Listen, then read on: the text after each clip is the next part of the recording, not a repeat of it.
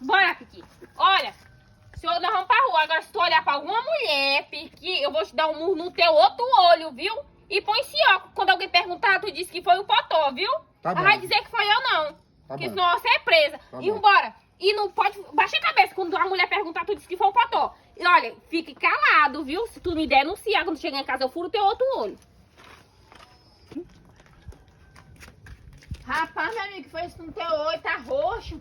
Não, rapaz, não. Foi um potó que mijou. Esse Potó é malvado, viu, rapaz? Olha o teu olho. Foi o potó que É mijou. porque só foi no olho. Ele teve sorte demais que não foi nos dois. Ah, tá certo. Foi o potó Então que vamos mijou. ali, viu? Tá, Vai. tchau. Potó malvado. Olha, Piqui, se tu... Olha, ainda bem que tu fez certo, viu? E não era nem pra olhar pra aquela cunhazinha. Põe teu óculos, põe. Não, mas não olhei não. Foi Bora, ela, põe foi teu ela. óculos, senão eu vou furar Foi teu ela outro que olho. viu. Rapaz, e por que tu tem que dar satisfação pra ela, viu? Eu não gosto não. Toda vez que tu fica falando com aquela menina véia. Bora.